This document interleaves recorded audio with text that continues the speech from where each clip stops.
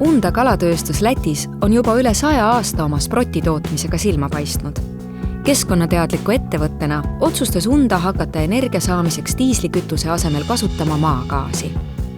Maagaas on täna üks kõige soodsam ja puhtam energiaallikas.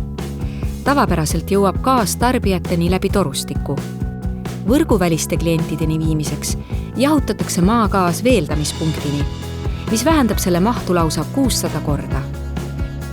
Tänu sellele saab LNG-d ehk veeldatud maagaasi transportida kas laeva, rongi või veoautoga ning taasgaasistada koha peal.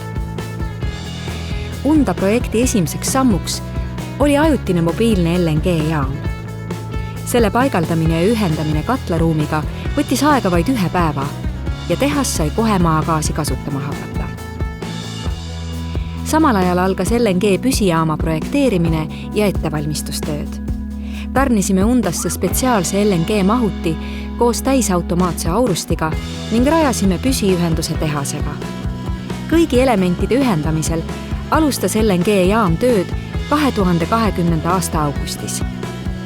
Üleminek diislikütuselt maagaasile vähendas Unda energiakulusid esimese aastaga üle 30% ning lisaks saame me kõik hingata puhtamat õhku.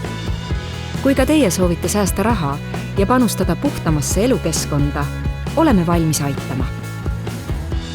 Tarnime LNG-d 9,5 haagisega erinevatelt müüjatelt Venemaal, Soomes ja Leedus, et tagada teile täielik varustuskindlus. Eesti Gaas, puhtama maailma poole.